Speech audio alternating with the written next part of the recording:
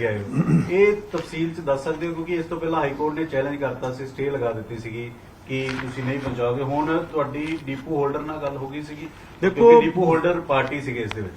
ਪਹਿਲਾਂ ਮੈਂ ਸਮਝਦਾ ਕਿ ਡਿਪੂ ਹੋਲਡਰ ਪਾਰਟੀ ਨਹੀਂ ਸੀਗੇ ਔਰ ਨਵੇਂ ਹੁਣ ਇਸ ਦੇ ਅੰਦਰ ਡਿਪੂ ਹੋਲਡਰ ਪਾਰਟੀ ਬਣ ਕੇ ਸੋ ਇਹਦੇ ਵਿੱਚ ਸੋਧ ਕੀਤੀ ਗਈ ਆ। ਇਹ ਸਕੀਮ ਦੇ ਨਾਲ ਮੈਂ ਸਮਝਦਾ ਇੱਕ ਤਾਂ ਇਹ ਵੀ ਆਈਡੈਂਟੀਫਿਕੇਸ਼ਨ ਹੋਊਗੀ ਪੰਜਾਬ ਦੇ ਅੰਦਰ ਕਿ ਕਿਹੜਾ ਬੰਦਾ ਨਜਾਇਜ਼ ਇਸ ਸਕੀਮ ਦਾ ਫਾਇਦਾ ਉਠਾ ਰਿਹਾ, ਕਿਉਂਕਿ ਕਈ ਵਾਰ ਤਾਂ ਪਤਾ ਨਹੀਂ ਲੱਗਦਾ ਸੀ, ਵੱਡੇ ਵੱਡੇ ਲੋਕ ਵੀ ਇਹਦਾ ਫਾਇਦਾ ਉਠਾਉਂਦੇ ਸੀਗੇ। ਸੋ ਇਹਦੇ ਨਾਲ ਕਾਫੀ ਹੱਦ ਤੱਕ ਜਿਹੜੀ ਪਾਰਦਰਸ਼ਤਾ ਆਊਗੀ। ਸੋ ਇਹਦੇ ਲਈ ਅਸੀਂ ਹੋਰ ਵੀ ਜਿਹੜੇ ਸੁਧਾਰ ਕੀਤੇ ਜਾ ਰਹੇ ਨੇ। ਘਰ ਪਹੁੰਚਾਓਗੇ, ਕਿੰਨਾ ਪਹੁੰਚਾਓਗੇ, ਕੀ ਇਹ ਸਕੀਮ ਬਾਰੇ ਥੋੜਾ ਦੱਸ ਦਿਓ। ਦੇਖੋ ਆਟਾ ਜਿਹੜਾ ਬੰਦਾ ਕਣਕ ਲੈਣਾ ਚਾਹੂਗਾ ਉਹ ਡਿਪੂ ਹੋਲਡਰ ਤੋਂ ਕਣਕ ਲੈ ਸਕਦਾ ਹੈਗਾ। ਜਿਹੜਾ ਬੰਦਾ ਆਟਾ ਲੈਣਾ ਚਾਹੂਗਾ ਤਾਂ ਉਹ ਆਟੇ ਲਈ ਅਪਲਾਈ ਕਰੂਗਾ ਤਾਂ ਉਹਨੂੰ ਅਸੀਂ ਆਟਾ ਘਰ ਤੱਕ ਪਹੁੰਚਾਵਾਂਗੇ। ਬ੍ਰਾਂਡਡ ਹੋਊਗਾ ਔਰ ਮਾਰਕਫੈਟ ਜਿਹੜਾ ਹੈਗਾ ਬਿਲਕੁਲ ਪੈਕ ਕਰਕੇ, ਕਿਉਂਕਿ ਆਟਾ ਜਿਹੜੀ ਹੈਗੀ ਆ ਜਦੋਂ ਆਟਾ ਹੋ ਜਾਂਦਾ ਕਣਕ ਤੋਂ ਬਾਅਦ ਆਟਾ ਬਣ ਜਾਂਦਾ ਤਾਂ ਉਹਦੇ ਵਿੱਚ ਕਾਫੀ ਸਾਰੀ ਜਿਹੜਾ ਹੈਗਾ ਉਹ ਖਰਾਬ ਹੋਣ ਦੀਆਂ ਸੰਭਾਵਨਾਵਾਂ ਪੈਦਾ ਹੋ ਜਾਂਦੀਆਂ ਨੇ। ਸੋ ਉਹਨੂੰ ਬਿਲਕੁਲ ਪੈਕਿੰਗ ਕਰਕੇ ਮਾਰਕਫੈਟ ਜਿਹੜਾ ਹੈ ਪੈਕਿੰਗ ਕਰੂਗਾ ਤਾਂ ਅੱਛੇ ਤਰੀਕੇ ਦੇ ਨਾਲ ਅਸੀਂ ਉਹਨੂੰ ਡਿਲੀਵਰ ਕਰਾਂਗੇ। ਡਿਪੂ ਤੇ ਮਿਲੇਗੀ, ਆਟਾ ਘਰ ਮਿਲੇਗਾ। ਗੱਡੀਆਂ ਆਟਾ ਦਾ ਸਕੀਮ ਦੇ ਤਹਿਤ ਬਹੁਤ ਸਾਰੇ ਨਜਾਇਜ਼ ਲੋਕਾਂ ਨੇ ਜਿਹੜੇ ਰੱਜੇ ਪੁੱਜੇ ਆ, ਉਹਨਾਂ ਦੀਆਂ ਵੀਡੀਓ ਵੀ ਤੁਸੀਂ ਦੇਖੀਆਂ ਹੋਣੀਆਂ ਕਿ ਮਰਸਡੀ ਗੱਡੀਆਂ ਕਾਰਾਂ ਦੇ ਵਿੱਚ ਲੋਕ ਆਟਾ ਦਾਲ ਲੈਣ ਜਾ ਰਹੇ ਆ। ਉਹਨਾਂ ਦਾ ਤੁਸੀਂ ਕੀ ਕਰੋਗੇ? ਸਰਕਾਰ ਜਿਹੜੇ ਨਜਾਇਜ਼ ਤੌਰ ਤੇ ਫਾਇਦਾ ਲੈ ਰਹੇ ਨੇ। ਬਿਲਕੁਲ ਦੁਬਾਰਾ ਮੇਰੀ ਜਿੰਨੀ ਇੱਕ ਸਾਡੇ ਫੂਡ ਸਪਲਾਈ ਮਿਨਿਸਟਰ ਲਾਲਚੰਦ ਜੀ ਨਾਲ ਗੱਲ ਹੋਈ ਆ, ਉਹਨਾਂ ਨੇ ਕਿਹਾ ਬਿਲਕੁਲ ਇਹਦੇ ਤੇ ਕਾਰਵਾਈ ਹੋ ਰਹੀ ਹੈ। ਜਿਹੜਾ ਕੋਈ ਨਜਾਇਜ਼ ਲਊਗਾ, ਜਿਹੜਾ ਵੀ ਕੋਈ ਨਜਾਇਜ਼ ਇਸ 'ਚ ਆਊਗਾ ਸਕੀਮਾਂ ਦਾ ਨਾਂ ਕੱਟਿਆ ਜਾਊਗਾ।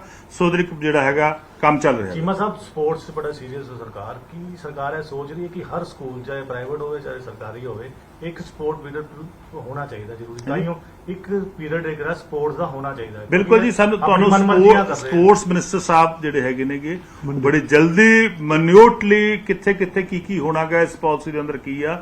ਅਸੀਂ ਇੱਕ ਮੈਂ ਸਮਝਦਾ ਇੱਕ ਪਹਿਲੀ ਕਲਾਸ ਦੇ ਬੱਚੇ ਤੋਂ ਲੈ ਕੇ ਕਾਲਜ ਤੱਕ ਉਹਨੂੰ ਕਿੱਦਾਂ ਡਿਵੈਲਪ ਕਰਨਾਗਾ ਉਹ ਡਿਟੇਲ ਚ ਦੱਸੋ। ਪੰਜਾਬ ਚ ਬਹੁਤ ਸਾਰੇ ਠੇਕੇ ਤੇ ਜ਼ਮੀਨ ਲੈਂਦੇ ਆ। ਇੱਕ ਮਿੰਟ ਅੱਜ ਤੱਕ ਦਾ ਜੀ। ਦੂਜੇ ਗੱਲ ਜਿਹੜੇ ਹਰਜੋਤ ਕਮਲ ਸੀਗੇ ਉਹਨਾਂ ਤੁਹਾਡੇ ਕੋਲ ਮਾਨਹਾਨੀ ਦਾ ਕੇਸ ਪਾਇਆ ਸੀਗਾ, ਉਹਨਾਂ ਨੇ ਵਾਪਸ ਲੈ ਲਿਆ। ਆਈ ਡੋਂਟ ਨੋ, ਮੈਨੂੰ ਤਾਂ ਚੀਮਾ ਸਾਹਿਬ ਇੱਕ ਜਿਹੜੀ ਚੰਡੀਗੜ੍ਹ ਚ ਪਾਰਕਿੰਗ ਵਾਲਾ ਜ਼ਰੂਰੀ ਹੈ, ਪੰਜਾਬ ਨੂੰ ਗਵਰਨਰ ਨੂੰ ਲਿਖੋਗੇ ਜਾਂ ਪਾਰਕਿੰਗ ਨੂੰ ਲਿਖੋਗੇ? ਪੰਜਾਬ ਦੇ ਹਰਿਆਣੇ ਨੂੰ ਪੁੱਛ ਕਰਾਂਗੇ। ਕੈਬਨਿਟ ਦੀ ਗੱਲ ਕਰਦੇ ਪਾਰਕਿੰਗ ਦੀ ਗੱਲ। ਸੋ ਪੰਜਾਬ ਕੈਬਨਿਟ ਦੀ ਮੀਟਿੰਗ ਦੇ ਵਿੱਚ ਕਈ ਵੱਡੇ ਫੈਸਲੇ ਲਏ ਗਏ ਨੇ। ਕੈਬਨਿਟ ਮੰਤਰੀਆਂ ਦੇ ਵੱਲੋਂ ਵਿਸਥਾਰ ਦੇ ਨਾਲ ਇਹਨਾਂ ਫੈਸਲਿਆਂ ਤੋਂ ਵਾਕਿਫ ਕਰਵਾਇਆ ਗਿਆ। ਪੰਜਾਬ ਦੀ ਨਵੀਂ ਖੇਡ ਪਾਲਿਸੀ ਨੂੰ ਕੈਬਨਿਟ ਦੇ ਵੱਲੋਂ ਮਨਜ਼ੂਰੀ ਦਿੱਤੀ ਗਈ ਹੈ। ਕਈ ਸਾਲਾਂ ਤੋਂ ਪੈਂਡਿੰਗ ਸੀ ਜਿਹੜੀ ਖੇਡ ਪਾਲਿਸੀ, ਬਲਾਕ ਤੋਂ ਲੈ ਕੇ ਓਲੰਪਿਕ ਤੱਕ ਦੇ ਸਫ਼ਰ ਦੇ ਲਈ ਖਰੜਾ ਤਿਆਰ ਕੀਤਾ ਗਿਆ, ਜੋ ਕੈਬਨਿਟ ਮੰਤਰੀ ਹਰਪਾਲ ਚੀਮਾ ਦੇ ਵੱਲੋਂ ਜਾਣਕਾਰੀ ਦਿੱਤੀ ਗਈ। ਉੱਥੇ ਪੰਜਾਬ ਰਾਜ ਕਾਨੂੰਨੀ ਸੇਵਾਵਾਂ ਅਥਾਰਟੀ ਦੇ ਲਈ ਭਰਤੀ ਨੂੰ ਮਨਜ਼ੂਰੀ ਦਿੱਤੀ ਗਈ। 8-9 ਜ਼ਿਲ੍ਹਿਆਂ ਦੇ ਵਿੱਚ ਖਾਲੀ ਪਈਆਂ ਪੋਸਟਾਂ ਭਰੀਆਂ ਜਾਣਗੀਆਂ। ਪਟਿਆਲਾ ਤੇ ਅੰਮ੍ਰਿਤਸਰ ਡੈਂਟਲ ਕਾਲਜ ਦੇ ਵਿੱਚ 39 ਪੋਸਟਾਂ ਨੂੰ ਮਨਜ਼ੂਰੀ ਦਿੱਤੀ ਗਈ ਹੈ। ਉੱਥੇ ਪ੍ਰੋਫੈਸਰ ਤੇ ਅਸਿਸਟੈਂਟ ਪ੍ਰੋਫੈਸਰਾਂ ਦੀ ਭਰਤੀ ਕੀਤੀ ਜਾਵੇਗੀ। 200 ਯੋਗਾ ਟ੍ਰੇਨਰ ਰੱਖੇ ਜਾਣਗੇ। ਇਹ ਵੀ ਵੱਡੀ ਜਾਣਕਾਰੀ ਕੈਬਨਿਟ ਮੰਤਰੀ ਹਰਪਾਲ ਚੀਮਾ ਦੇ ਵੱਲੋਂ ਦਿੱਤੀ ਗਈ ਹੈ। ਲੇਬਰ ਮਜ਼ਦੂਰਾਂ ਨੂੰ ਰਜਿਸਟਰ ਕਰਨ ਦੀ ਪ੍ਰਕਿਰਿਆ ਆਸਾਨ ਕੀਤੀ ਗਈ ਹੈ। ਅਤੇ ਆਟਾ ਦਾਲ ਸਕੀਮ ਦੇ ਨਾਲ ਜੁੜੀ ਵੱਡੀ ਖਬਰ ਹੈ ਕਿ ਆਟਾ ਦਾਲ ਸਕੀਮ ਨੂੰ ਕੈਬਨਿਟ ਦੇ ਵੱਲੋਂ ਪ੍ਰਵਾਨਗੀ ਦੇ ਦਿੱਤੀ ਗਈ ਹੈ। ਸਕ੍ਰੈਪ ਪਾਲਿਸੀ ਦੇ ਵਿੱਚ ਵੀ ਸਰਕਾਰ ਨੇ ਸੋਧ ਕੀਤੀ ਹੈ। ਹੜ੍ਹ ਦੇ ਕਾਰਨ ਸੂਬੇ ਦੇ ਵਿੱਚ 6 ਲੱਖ ਏਕੜ ਫਸਲ ਖਰਾਬ ਹੋਈ ਹੈ।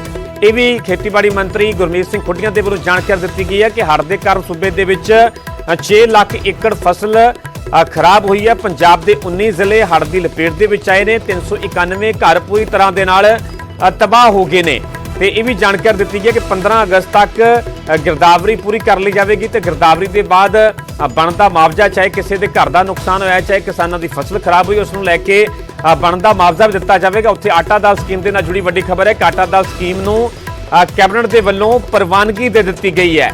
ਦਰਅਸਲ ਇਸ ਤੇ ਵੱਡਾ ਫੈਸਲਾ ਲੈ ਕੇ ਅੱਜ ਦੀ ਇਸ ਮੀਟਿੰਗ ਦੇ ਵਿੱਚ, ਜਿਵੇਂ ਕਿ ਵਿਸਤਾਰ ਦੇ ਨਾਲ ਕੈਬਨਿਟ ਮੰਤਰੀਆਂ ਦੇ ਵੱਲੋਂ ਪੂਰੀ ਜਾਣਕਾਰੀ ਦਿੱਤੀ ਗਈ ਹੈ ਤੇ ਆਟਾ ਦਾਲ ਸਕੀਮ ਨੂੰ ਕੈਬਨਿਟ ਦੇ ਵੱਲੋਂ ਪ੍ਰਵਾਨਗੀ ਦੇ ਦਿੱਤੀ ਗਈ ਹੈ। ਉੱਥੇ ਹੀ ਹੜ੍ਹ ਦੇ ਕਾਰਨ ਸੂਬੇ ਦੇ 6 ਲੱਖ ਏਕੜ ਫਸਲ ਖਰਾਬ ਹੋਈ ਹੈ, ਇਸ ਨੂੰ ਲੈ ਕੇ ਵੀ ਜਾਣਕਾਰੀ ਦਿੱਤੀ ਗਈ ਹੈ। ਕਿਉਂਕਿ ਜੋ ਜਾਣਕਾਰੀ ਖੇਤੀਬਾੜੀ ਮੰਤਰੀ ਗੁਰਮੀਤ ਸਿੰਘ ਖੁੱਡੀਆਂ ਨੂੰ ਦਿੱਤੀ ਗਈ ਹੈ, ਉਹਨਾਂ ਦਾ ਕਹਿਣਾ ਕਿ ਪੰਜਾਬ ਦੇ 19 ਜ਼ਿਲ੍ਹੇ ਹੜ੍ਹ ਦੀ ਲਪੇਟ ਦੇ ਵਿੱਚ ਆਏ ਨੇ। 391 ਘਰ ਪੂਰੀ ਤਰ੍ਹਾਂ ਦੇ ਨਾਲ ਤਬਾਹ ਹੋਏ ਨੇ ਤੇ ਹੜ੍ਹ ਦੇ ਨਾਲ 900 ਦੇ ਕਰੀਬ ਘਰਾਂ ਨੂੰ ਨੁਕਸਾਨ ਪਹੁੰਚਿਆ। ਖਰਾਬੇ ਦੀ ਸਪੈਸ਼ਲ ਗਿਰਦਾਵਰੀ ਕਰਵਾਈ ਜਾ ਰਹੀ ਹੈ ਅਤੇ ਇਹ ਵੀ ਜਾਣਕਾਰੀ ਦਿੱਤੀ ਹੈ ਕਿ 15 ਅਗਸਤ ਤੱਕ ਗਿਰਦਾਵਰੀ ਪੂਰੀ ਕਰ ਲਈ ਜਾਵੇਗੀ। ਸੋ ਹੜ੍ਹ ਦੇ ਨਾਲ ਸੂਬੇ ਦੇ ਵਿੱਚ 1500 ਕਰੋੜ ਰੁਪਏ ਦਾ ਜਿਹੜਾ ਅਨੁਮਾਨ ਹੈ ਹੁਣ ਤੱਕ ਦਾ ਉਹ ਨੁਕਸਾਨ ਹੋਇਆ। ਇਹ ਵੀ ਜਾਣਕਾਰੀ ਕੈਬਨਿਟ ਮੰਤਰੀ ਗੁਰਮੀਤ ਸਿੰਘ ਖੁੱਡੀਆਂ ਦੇ ਵੱਲੋਂ ਦਿੱਤੀ ਗਈ ਹੈ ਤੇ ਆਟਾ ਦਾਲ ਸਕੀਮ ਦੇ ਨਾਲ ਜੁੜੀ ਹੋਈ ਵੱਡੀ ਖਬਰ ਹੈ ਕਿ ਆਟਾ ਦਾਲ ਸਕੀਮ ਨੂੰ ਕੈਬਨਿਟ ਦੇ ਵੱਲੋਂ ਪ੍ਰਵਾਨਗੀ ਦੇ ਦਿੱਤੀ ਗਈ ਹੈ। ਕਿਉਂਕਿ ਪਿਛਲੇ ਦਿਨਾਂ ਦੇ ਦੌਰਾਨ ਕਈ ਜਿਹੜੇ ਕਿ ਕਾਰਡ ਸੀਗੇ ਉਹ ਕਾਰਡ ਕੱਟੇ ਵੀ ਗਏ। ਉਸ ਤੋਂ ਬਾਅਦ ਚ ਲਗਾਤਾਰ ਘੋਖ ਕੀਤੀ ਗਈ ਬਾਰੀਕੀ ਦੇ ਨਾਲ।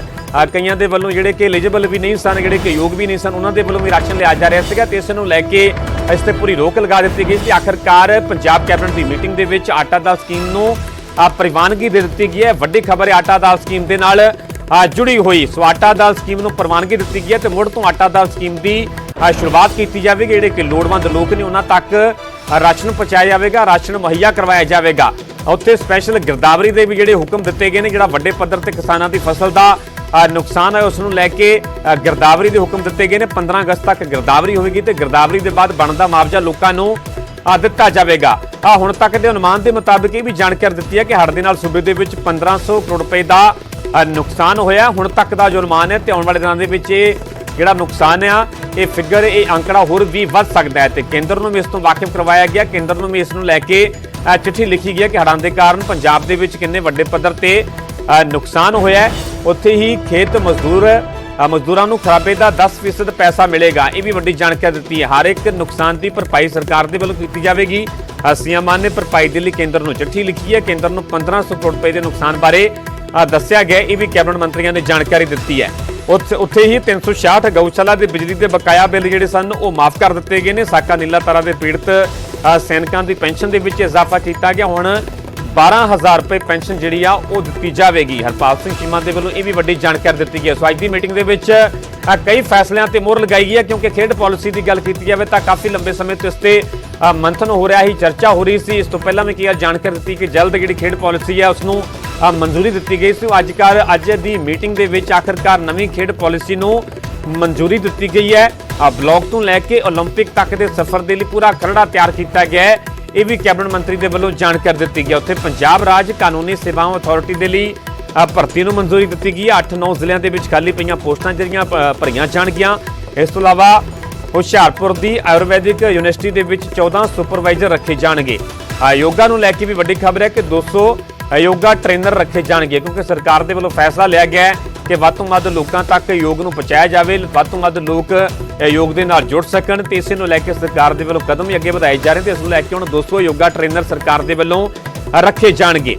ਲੇਬਰ ਮਜ਼ਦੂਰਾਂ ਨੂੰ ਰਜਿਸਟਰ ਕਰਨ ਦੀ ਪ੍ਰਕਿਰਿਆ ਆਸਾਨ ਕੀਤੀ ਗਈ ਹੈ। ਆਟਾ ਦਾਲ ਸਕੀਮ ਦੇ ਨਾਲ ਜੁੜੀ ਵੱਡੀ ਖਬਰ ਹੈ ਕਿ ਆਟਾ ਦਾਲ ਸਕੀਮ ਨੂੰ ਪ੍ਰਵਾਨਗੀ ਦੇ ਦਿੱਤੀ ਗਈ ਤੇ ਜਿਹੜੇ ਵੀ ਲੋੜਵੰਦ ਲੋਕ ਨੇ ਕਿਉਂਕਿ ਇਸ ਤੋਂ ਪਹਿਲਾਂ ਜੋ ਬਾਰੀਕੀ ਦੇ ਨਾਲ ਪੂਰੀ ਜਾਂਚ ਕੀਤੀ ਗਈ ਤੇ ਕਈ ਅਜਿਹੇ ਲੋਕ ਵੀ ਸਾਹਮਣੇ ਜਿਹੜੇ ਕਿ ਯੋਗ ਨਹੀਂ ਸਨ ਪਰ ਫਿਰ ਵੀ ਉਹਨਾਂ ਦੇ ਰਾਸ਼ਨ ਲਿਆ ਜਾ ਰਿਹਾ ਸੀਗਾ, ਉਹਨਾਂ ਦੇ ਕਾਰਡ ਵੀ ਕੱਟੇ ਗਏ ਪਿਛਲੇ ਦਿਨਾਂ ਦੇ ਦੌਰਾਨ ਤੇ ਉਸ ਤੋਂ ਬਾਅਦ ਲਗਾਤਾਰ ਇੰਤਜ਼ਾਰ ਕੀਤਾ ਜਾ ਰਿਹਾ ਸੀਗਾ ਕਿ ਮੁੜ ਤੋਂ ਇਹ ਕਦੋਂ ਆਟਾ ਦਾਲ ਸਕੀਮ ਦੀ ਸ਼ੁਰੂਆਤ ਹੋਵੇਗੀ ਤੇ ਆਖਰਕਾਰ ਅੱਜ ਦੀ ਕੈਬਨਿਟ ਮੀਟਿੰਗ ਦੇ ਵਿੱਚ ਆਟਾ ਦਾਲ ਸਕੀਮ ਨੂੰ ਪ੍ਰਵਾਨਗੀ ਦੇ ਦਿੱਤੀ ਗਈ ਤੇ ਜਿਹੜੇ ਵੀ ਯੋਗ ਨੇ, ਜਿਹੜੇ ਵੀ ਲੋੜਵੰਦ ਲੋਕ ਨੇ ਜਿਨ੍ਹਾਂ ਨੂੰ ਸਰਕਾਰੀ ਰਾਸ਼ਨ ਦੀ ਜ਼ਰੂਰਤ ਹੈ ਉਹਨਾਂ ਤੱਕ ਰਾਸ਼ਨ ਸਰਕਾਰ ਦੇ ਵੱਲੋਂ ਪਹੁੰਚਾਇਆ ਜਾਵੇਗਾ। ਸੋ ਇਹ ਆਪਣੇ ਆਪ ਦੇ ਵਿੱਚ ਅੱਜ ਵੱਡੀ ਖਬਰ ਹੈ। ਸੋ ਕੁੱਲ ਮਿਲਾ ਕੇ ਜੇਕਰ ਫੈਸਲਿਆਂ ਦੀ ਗੱਲ ਕੀਤੀ ਜਾਵੇ ਤਾਂ ਕਈ ਵੱਡੇ ਫੈਸਲਿਆਂ ਤੇ ਮੋਹਰ ਲਗਾਈ ਗਈ ਅੱਜ ਦੀ ਕੈਬਨਿਟ ਮੀਟਿੰਗ ਦੇ ਵਿੱਚ।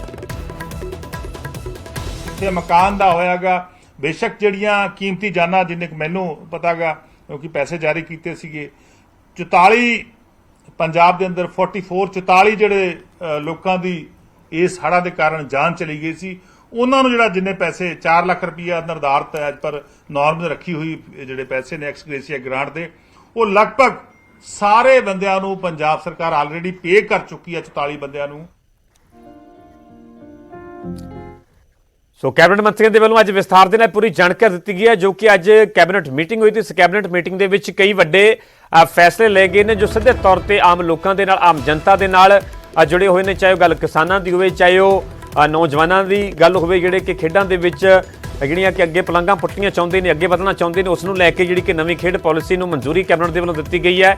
ਜਿਹੜੀ ਕਿ ਪਾਲਿਸੀ ਕਈ ਸਾਲਾਂ ਤੋਂ ਹੀ ਪੈਂਡਿੰਗ ਸੀ, ਬਲਾਕ ਤੋਂ ਲੈ ਕੇ ਓਲੰਪਿਕ ਤੱਕ ਦੇ ਸਫ਼ਰ ਦੇ ਲਈ ਇਸ ਦੇ ਵਿੱਚ ਖਰੜਾ ਤਿਆਰ ਕੀਤਾ ਗਿਆ। ਕੈਬਨਿਟ ਮੰਤਰੀ ਹਰਪਾਲ ਚੀਮਾ ਨੇ ਕਿਹਾ ਕਿ ਜਿਹੜੇ ਖੇਡ ਮੰਤਰੀ ਨੇ ਮੀਤ ਹੇਰ ਉਹਨਾਂ ਦੇ ਵੱਲੋਂ ਵਿਸਥਾਰ ਦੇ ਨਾਲ ਇਸ ਪੂਰੀ ਪਾਲਿਸੀ ਨੂੰ ਲੈ ਕੇ ਜਾਣਕਾਰੀ ਵੀ ਦਿੱਤੀ ਜਾਵੇਗੀ ਕਿ ਆਖਰਕਾਰ ਕਿਵੇਂ ਦਾ ਪੂਰਾ ਖਰੜਾ ਹੈ, ਕਿਵੇਂ ਉਸ ਦੇ ਵਿੱਚ ਜ਼ਿਕਰ ਕੀਤਾ ਗਿਆ, ਕਿਵੇਂ ਛੋਟੇ ਨੌਜਵਾਨ ਨੂੰ ਲੈ ਕੇ ਜਿਹੜਾ ਕਿ ਰੁਚੀ ਰੱਖਦਾ ਹੈ ਖੇਡਾਂ ਦੇ ਵਿੱਚ ਉਸ ਨੂੰ ਕਿਵੇਂ ਵੱਡੇ ਪੱਧਰ ਤੱਕ ਪਹੁੰਚਾਉਣਾ ਹੈ, ਓਲੰਪਿਕ ਤੱਕ ਪਹੁੰਚਾਉਣਾ, ਉਸ ਨੂੰ ਲੈ ਕੇ ਵਿਸਥਾਰ ਦੇ ਨਾਲ ਜਿਹੜੀ ਜਾਣਕਾਰੀ ਉਹ ਦਿੱਤੀ ਜਾਵੇਗੀ। ਇਸ ਤੋਂ ਇਲਾਵਾ ਗੱਲ ਆਟਾ ਦਾਲ ਸਕੀਮ ਦੀ ਕੀਤੀ ਜਾਵੇ ਤਾਂ ਆਟਾ ਦਾਲ ਸਕੀਮ ਨੂੰ ਲੈ ਕੇ ਵੱਡਾ ਫੈਸਲਾ ਲਿਆ ਗਿਆ। ਅੱਜ ਦੀ ਕੈਬਨਿਟ ਮੀਟਿੰਗ ਦੇ ਵਿੱਚ ਆਟਾ ਦਾਲ ਸਕੀਮ ਨੂੰ ਪ੍ਰਵਾਨਗੀ ਦੇ ਦਿੱਤੀ ਗਈ। ਮੁੜ ਤੋਂ ਆਟਾ ਦਾਲ ਸਕੀਮ ਦੀ ਸ਼ੁਰੂਆਤ ਹੋਵੇਗੀ ਤੇ ਜਿਹੜੇ ਵੀ ਲੋੜਵੰਦ ਲੋਕ ਨੇ ਉਹਨਾਂ ਤੱਕ